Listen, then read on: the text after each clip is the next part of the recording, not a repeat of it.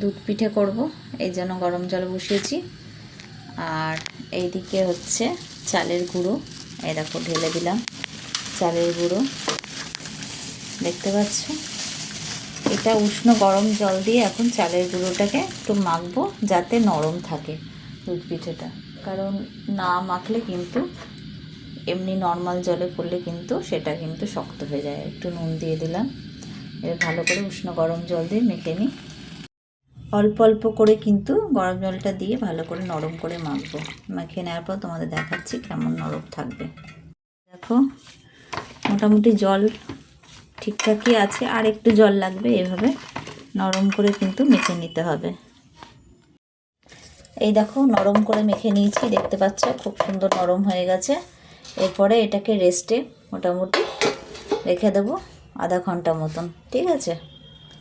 নারকেল কোড়া নিয়ে নিয়েছি, আর চালটা যেটা আমি মেখে রেখেছি সেটা কিন্তু 500 মতন চাল ছিল। এই দেখো আখের গুড়টা ভালো করে মেখে নিয়ে এটাকে এবার কড়াইতে বসিয়ে নিয়ে যেমন নারকেলের নাড়ু হয় সেভাবে করে নেব। এই দেখো কড়াই বসিয়ে দিয়েছি, এবার এটাকে নাড়তে থাকবো। গুড় মিশিয়ে নিয়েছি, নেড়ে একদম শুকনো করে নেব। আর নারকেল না দিয়েও অনেকে মোয়া দেয়, ক্ষীর যেটাকে বলে ক্ষীরের মোয়া, সেটাও তোমরা দিতে পারো, যে যেমন ভালো খাও সেভাবে দেবে। এটা শুকনো করে নিই, তারপরে তোমাদের দেখাচ্ছি। 2 লিটার মতন দুধ চাপিয়ে দিয়েছি, আর এইদিকে এলাচগুলোকে ফাটিয়ে নিয়েছি, দিয়ে এর ভিতর দিয়ে দেব। আর নারকেলের পুরটা হয়ে গেছে, এবার লেচি করে করে পিঠের মতন করে এর ভিতর ভরে দিচ্ছি। দেখো কী করে করছি। এই দেখো বন্ধুরা, এরকম ছোট ছোট করে নিয়ে এভাবে লেচি করে নিচ্ছি, দিয়ে এটাকে এইভাবে করতে হবে পুরো প্লেন। এইভাবে করে নেওয়ার পর একটু নরম করেছি যাতে খুব সুন্দর একদিন হয়ে যাওয়ার পরও যাতে সেই জিনিসটা নরম থাকে। এই দেখো দিয়ে দিলাম, এর উপরে 2 দিক থেকে এরকমভাবে মুড়ে নিতে হবে, ঠিক আছে। যত ছোট করবে তত কিন্তু টেস্ট হয়, ওই জন্য বারবার বলছি ছোট করে করবে। এইদিকে একটু মুড়িয়ে দেবো, এইদিকে একটু মুড়িয়ে দেবো, তারপরে এগুলো করে এরকমভাবে ভাজ করতে হবে আস্তে আস্তে আস্তে আস্তে। দেখো কত সুন্দর দেখতেও লাগবে, খেতে তো ভালো হবেই, ছেড়ে দাও। দেখো এই দেখো এইভাবে প্রত্যেকটা আমি করে নেবো। দেখো লেচি করে নিয়েছি, এরপরে প্রত্যেকটা করে তোমাদের দেখাচ্ছি।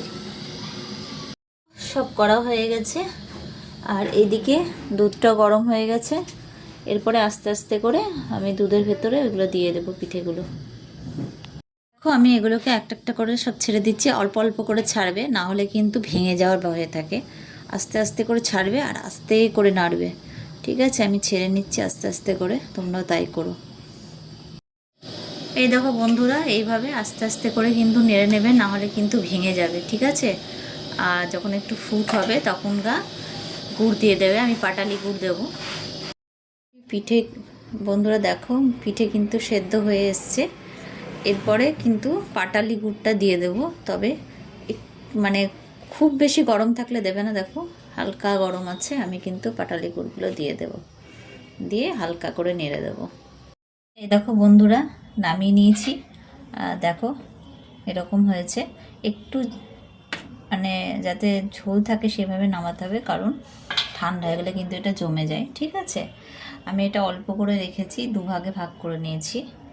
এটা আমাদের গোপালকে দেব, ওই জন্য ভগবানের জন্য আগে তুলে রেখেছি। এই দেখো